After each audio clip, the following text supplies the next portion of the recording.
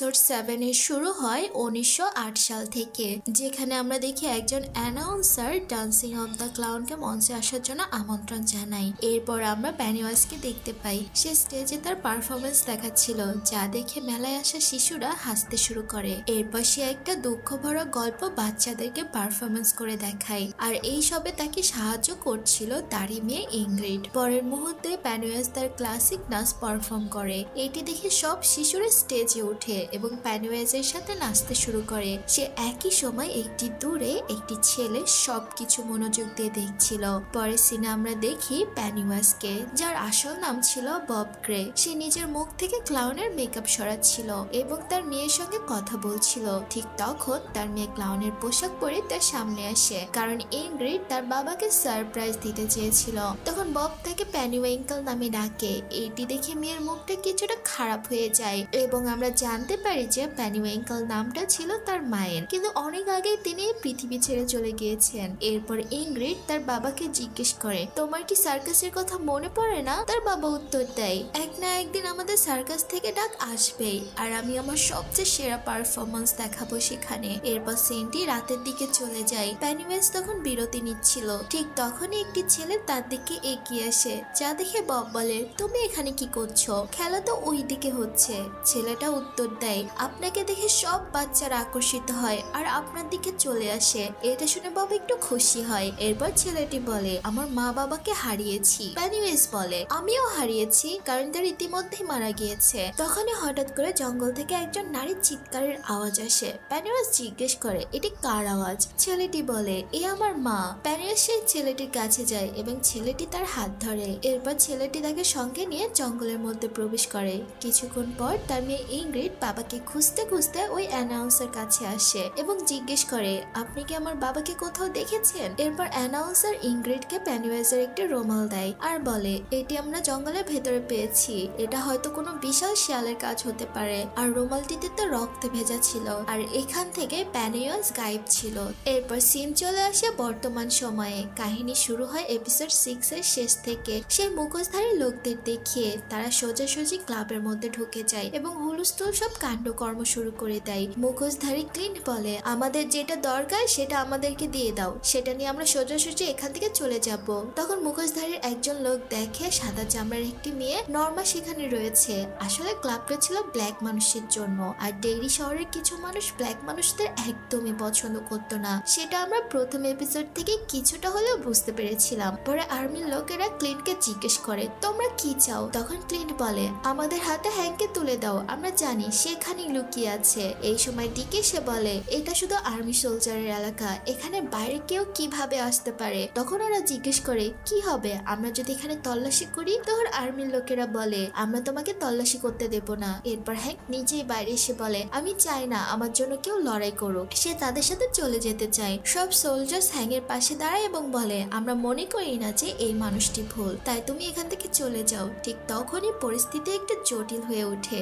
দুই দল একে অপরের দিকে বন্দুক তুলে দাঁড়ায়। সোলজারের দল বলে, এগুলো বন্দুক সরকার আমাদেরকে নিচে থেকে দিয়েছে, তাই তোমরা এখন বেশি ঝুঁকিতে রয়েছো। এরপর মুখোশ পরা মানুষগুলো হাত তুলে বলে, তোমরা ঠিকই বলেছো, এই পদ্ধতিটা ভুল। এরপর তারা সেখান থেকে বেরিয়ে যায়। ভেতরের লোকগুলো শান্তির নিঃশ্বাস ফেলে, কিন্তু তখনই বাইরে থেকে লোহার শিকলের শব্দ শোনা যায়। যখন তারা বাইরে যাওয়ার চেষ্টা করে তখন তারা দেখে সেই লোকগুলো বাইরে থেকে তাদের লক করে দেয়। এরপর তারা বাইরে থেকে বেশি আগুন ধরাতে শুরু করে। ধীরে ধীরে পুরো জায়গাটা ধোঁয়া আর আগুনে ভর্তি হয়ে যায়। সবাই চারদিকে ছড়িয়ে পড়ে। ঠিক তখন ডিক একজন মৃত মানুষের দেখা পায়, যে এক জায়গায় যাচ্ছে। তাকে অনুসরণ করলে ডিক একটি স্থানে পৌঁছায় যেখান থেকে সে পালাতে পারতো। আসলে জায়গাটা ছিল সেই ফ্রিজের নিচে, যেখানে আমরা গত এপিসোডে দেখেছিলাম সেই ফ্রিজের নিচ দিয়ে পানি বের হচ্ছিল, কিন্তু সে সেখান থেকে পালায় না। তখন সে সেখানে দেখতে পায় আদিম সেনাপতিকে। ডিক তার সঙ্গে কথা বলার চেষ্টা করে, কিন্তু তার চোখ সাদা ছিল। পরে আস্তে আস্তে তার চোখ স্বাভাবিক হয়ে যায়। ঠিক তখন আমরা ধোয়ার মধ্যে একজন অজ্ঞাত নারীকে কাঁদতে দেখি। পেনিওয়াইজ তার কাছে এসে হাত বাড়িয়ে বলে, আমার হাতটি ধরো, আমি জানি এখান থেকে বের হওয়ার রাস্তা কোথায় আছে। পরবর্তী সিনে আমরা দেখি রনি ধোয়ার মধ্যে পেনিওয়াইজের মুখোমুখি হয়, আর পেনিওয়াইজ সেই নারীর মুখ খেয়ে ফেলছে। ডিক সেখানে এসে রনিকে বলে কিছুই হয়নি। তখন পেনিওয়াইজ তাকে বলে, ও ডিকি, তুমি কি সবকিছু দেখছো? এবং সে আরো বলে, এখন এটিও তোমাকে দেখছে। এরপর অনেকগুলো আত্মাকে দেখানো হয় যারা ডিকের দিকে এগোচ্ছিল। ঠিক তখন ডিক সেই মহিলাকে বলে বাকি বাচ্চারা কোথায়। এদিকে বাইরে সে লোকগুলো তাদের মুখোশ খুলে ভেতরের হত্যা লীলা দেখছিল। এরপর একজন বলে আমাদের এখান থেকে চলে যাওয়া উচিত, কিন্তু টেডি আর সুজির বাবা বলে হ্যাঙ্কের মৃত্যু না দেখা পর্যন্ত আমি এখান থেকে কোথাও যাব না। যা শুনে ক্লিন্ট বলে এই আগুনে এতক্ষণে সে মারা গিয়েছে। ভেতরের দিকে ডিক রনি তার বাবা এবং উইলকে বের হওয়ার জায়গা দিয়ে বের করে দেয় এবং ডিক মার্চ আর রিচকে আনতে ভেতরে যাওয়ার চেষ্টা করে, কিন্তু আগুন অনেক বেশি ছড়িয়ে গিয়েছিল। যখন রিচ আর মার্চ ডিকের দিকে আসার চেষ্টা করছিল তখন ছাদ ভেঙে নিচে পড়ে যায়। রিচ বুঝতে পারে আর কোনো পথ নেই। তখন সে একটি বক্স দেখতে পায় যার মধ্যে একটু জায়গা ছিল লুকানোর জন্য। সে মার্চকে বলে আমাদের দুজনকে এখানেই লুকাতে হবে, কিন্তু মার্চ বলে এখানে বেশি জায়গা নেই। এরপর রিচ জোর করে মার্চকে বক্সের মধ্যে ঢোকায় এবং মার্চ বুঝতে পারে রিচ কি করতে যাচ্ছে। রিচ উইলটি বন্ধ করে তার উপরে বসে যায় এবং বলে তোমার মনে আছে তুমি আমাকে বলেছিলে নাইটরা নাকি বিছানার পাশে পট রেখে ঘুমায়, কিন্তু নাইটরা শুধু পট রেখে তাতে প্রসবই করে না, তারা মেয়েদের রক্ষাও করতে পারে। এরপর রিচ মার্চকে প্রথম দেখার কথা বলতে থাকে। এই এপিসোডের এই সিনটা ছিল খুবই ইমোশনাল। এত ছোট একটা বাচ্চা ছেলে কিভাবে তার দায়িত্ব নিয়ে তার ভালোবাসার মানুষটাকে বাঁচিয়ে রাখে। বর্তমানে আমরা হলে কিভাবে নিজের প্রাণ বাঁচানো যায় সেটা নিয়েই পড়ে থাকতাম। তো যাই হোক, মার্চ অনেক কান্না করে। কাঁদতে কাঁদতে সে রিচকে বলে আমি তোমাকে অনেক ভালোবাসি। যা শুনে রিচ বলে আমিও তোমাকে অনেক ভালোবাসি। আর এটার প্রমাণ তো আমরা তার জীবনের উৎসর্গের মাধ্যমে বুঝতে পেরেছি। এরপর সিন চলে যায় বাইরের দিকে বাজে লোকদের দিকে। তারা একে একে করে সেখান থেকে চলে যাচ্ছিল, কিন্তু স্ট্যানলির গাড়ি নষ্ট হয়ে গিয়েছিল। আচ্ছা, আপনারা কি এই লোকটাকে চিনতে পারছেন? এই লোকটা কিন্তু ইংরিডের স্বামী। এরপর দেখা যায় ইংরিড তার ক্লাউন পোশাক পরে সেখানে হাজির হয়েছে এবং সেখানে সে তার স্বামীকে দেখতে পায়। তার স্বামী তাকে দেখে অনেক অবাক হয়ে যায় আর জিজ্ঞেস করে তুমি এখানে কি করছো? এই সাজে এখানে এসেছো কেন? দ্রুত বাড়ি চলে যাও। কিন্তু সে তাকে থামে আর বলে বাবা আপনি চলে এসেছেন। স্ট্যানলির পেছনে দাঁড়িয়ে ছিল পেনিওয়েজ, হাতে ছিল একটা অস্ত্র।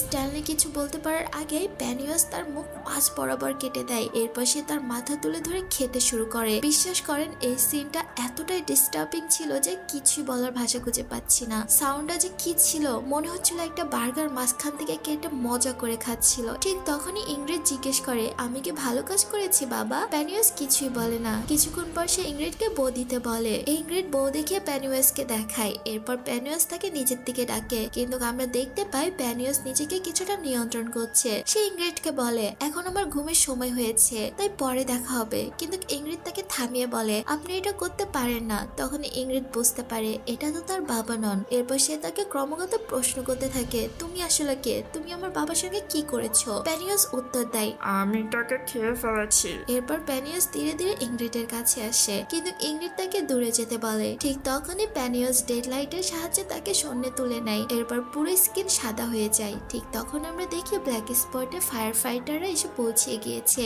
এরপর তারা মার্চকে সেখান থেকে বের করে আনে। মার্চ রিচার মৃতদেহ দেখে, যা দেখে সে কাঁদতে শুরু করে এবং তাকে আলিঙ্গন করে। ঠিক তখন রানি এবং উইলো এসে রিচের মৃতদেহ দেখে কাঁদতে শুরু করে। এরপর আমরা ক্যাম্পের বাইরে সিন দেখি যেখানে মিলিটারি লোকেরা সোলজারদের মৃতদেহ একত্রিত করছিল। তখনই সেই শিশুদের পাশাপাশি ইংরিডকেও বের করা হচ্ছিল, যার নজর ছিল রনিদের ওপর। ঠিক তখনই আরেকটি মৃতদেহ ক্যাম্প থেকে বের করা হয়, যা ছিল রিচের। সবে শেষবার রিচকে বিদায় জানাই। সে সময় উইলের মা বাবা এসে উইলকে বলে তুমি জানো না আমরা কতটা ভয় পেয়েছিলাম, তোমার কিছু হতে পারতো। তখন উইল তাদের কাছে ক্ষমা চায় আর বলে আমাদেরকে জেনারেল ডিক বাঁচিয়েছে। এটা শুনে লরি একটু অবাক হয়ে যায়। ঠিক তখনই লরিকে কর্নার ফুলার ডেকে পাঠায়। পরে রনি শার্লটকে বলে আমার বাবা জঙ্গলের ভেতরে রয়েছে। এরপর তারা জঙ্গলের দিকে রওনা হয়। অন্যদিকে আমরা ডিককে দেখি যে এখনো সে আত্মাদের দেখতে পাচ্ছে। লরি ডিকের সামনে এসে বসে। তাকে দেখে ডিক অনেক ভয় পেয়ে যায়। আর ডিক সেই সব সোলজারকে দেখতে পায় যারা কিছুক্ষণ আগে আগুনে পড়ে মারা গিয়েছে। সমস্ত আত্মারা ডিককে সত্য বলতে বলে। এরপর আমরা দেখি মার্স, উইল, রনি যারা শার্লটের সঙ্গে হ্যাঙ্কের সাথে দেখা করতে জঙ্গলে আসে। হ্যাঙ্ক বলে আমি বেঁচে গিয়েছিলাম, কিন্তু যারা আমাকে বাঁচানোর এত চেষ্টা করেছে তারা মারা গিয়েছে।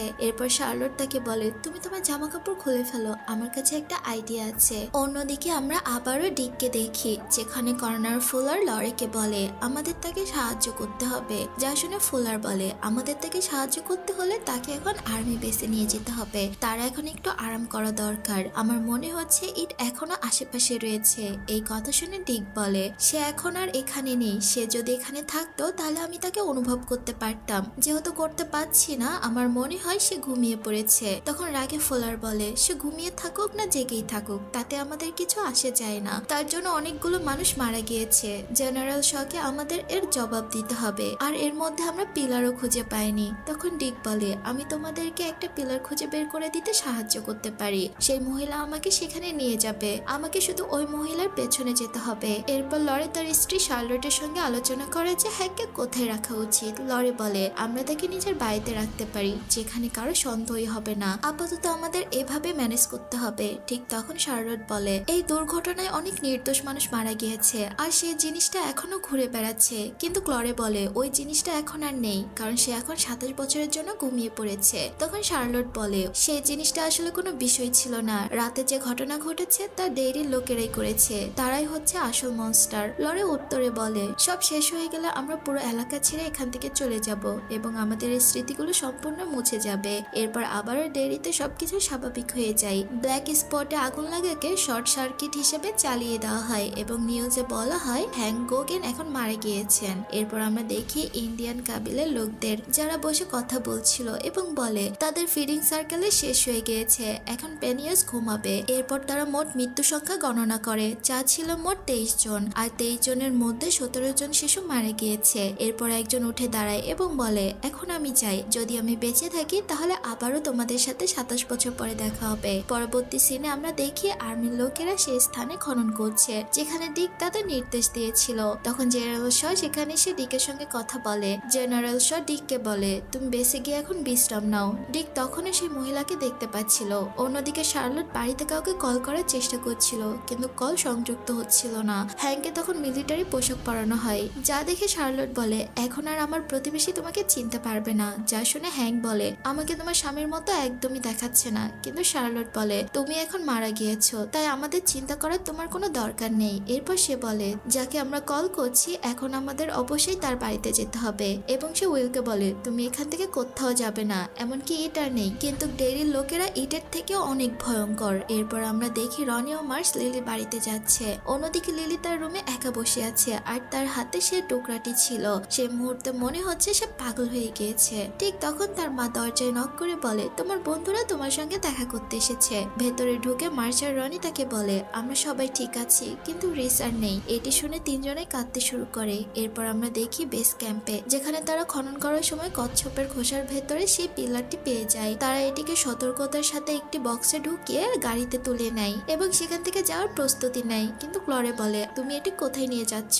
ঠিক তখন কর্নেল ফুলার বলে প্ল্যানে সামান্য পরিবর্তন এসেছে। ডিক যেহেতু বলেছে সে এখন ঘুমাচ্ছে, আমরা এখন ওর ওপর কিছু একটা পরীক্ষা করতে চাই, তাই তারা পাথরটি নিয়ে যাচ্ছে। রোজের বাড়িতে শার্লট এসে গিয়েছে এবং সে বলে আমাদের হ্যাংকে এখন এখান থেকে বের করতে হবে, কিন্তু কাস্টম কোনোভাবে মৃত মানুষকে শহর থেকে বের করতে দেবে না। ঠিক তখনই ড্যানিয়েল আসে এবং বলে একটি সমস্যা হয়ে গিয়েছে, কারণ ড্যানিয়েল দেখে ফেলেছিল আর্মিরা দ্বিতীয় পিলারটি খুঁজে পেয়েছে। এরপর আমরা দেখি পাথরটি সিক্রেট ল্যাবে নিয়ে যাওয়া হয়, যেখানে বিজ্ঞানীরা পাথরটিকে লাভায় ফেলার প্রস্তুতি নিচ্ছিল। ঠিক তখনই লরি সেখানে এসে পড়ে এবং সবাইকে বন্দুক ধরে বলে এই সবকিছু এখনই থামাও, পরিস্থিতি ক্রমেই খারাপ হতে থাকে। ঠিক তখনই একটি কণ্ঠ আসে, যা ছিল জেনারেল শয়ের। তিনি বলে তোমরা সবাই শান্ত হও। এরপর জেনারেল শ লরেকে বলে আমি খুবই দুঃখিত, আমি তোমাকে আগে এগুলো বলতে পারিনি। ঠিক তখনই লরে বলে তাহলে রাশিয়ার গল্পগুলো সবকিছু কি মিথ্যা ছিল? তোমাকে শুধু ওই পিলারটা সরাতে হয়েছিল যাতে তুমি সেই মনস্টারটিকে বের করতে পারো এবং পুরো আমেরিকাকে ডেইরিতে পরিণত করতে পারো।